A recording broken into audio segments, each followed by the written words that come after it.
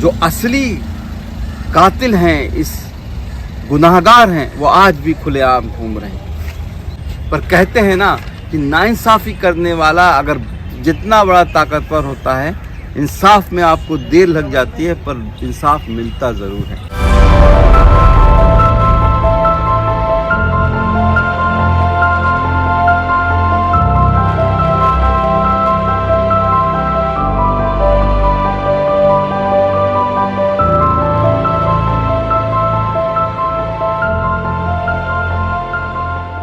मुझे शुरू से ही जो है उम्मीद इस सरकार से नहीं थी, क्योंकि सरकार के ही लोग इसमें शामिल थे। तो मुझे न्यायालय से हमेशा भरोसा था और इसलिए मैंने बार बार न्यायालय को अप्रोच किया।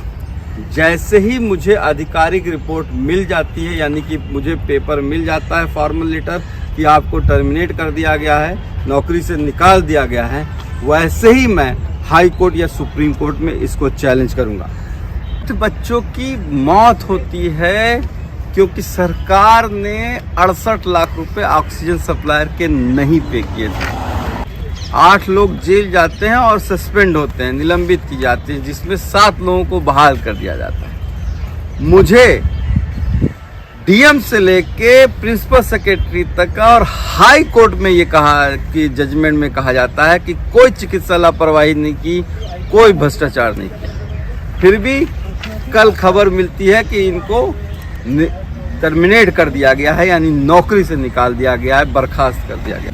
63 बच्चों के माँ बाप आज भी इंसाफ के लिए भटक रहे हैं। जो असली कातिल हैं, इस गुनाहगार हैं, वो आज भी खुलेआम घूम रहे हैं। पर कहते हैं ना कि नाइंसाफ़ी करने वाला अगर जितना बड़ा ताकतवर होता है, इंसाफ में आपको देर लग जाती है पर इंसाफ मिलता ज़रूर है। तो fight for justice must go on. मुझे न्यायालय पे भरोसा है और जिस टाइम भी मुझे फॉर्मल ऑफिशियल लेटर मिल जाएगा कि आपको टर्मिनेट कर दिया गया है, उसी दिन मैं हाई कोर्ट या सुप्रीम कोर्ट में इसको चैलेंज करूंगा।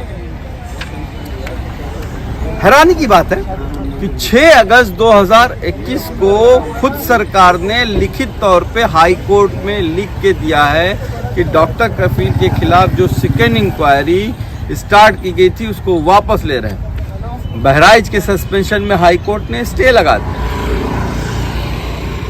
तो ये क्यों किया? वहां पे कुछ नहीं पेपर जमा किया और आज ये फैसला सुना दिया है।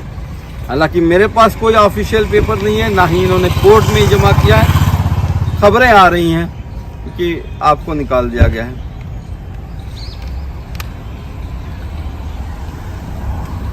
बच्चों के हत्यारों के जाने का समय आ गया है। सिर्फ 4 महीने की बात है।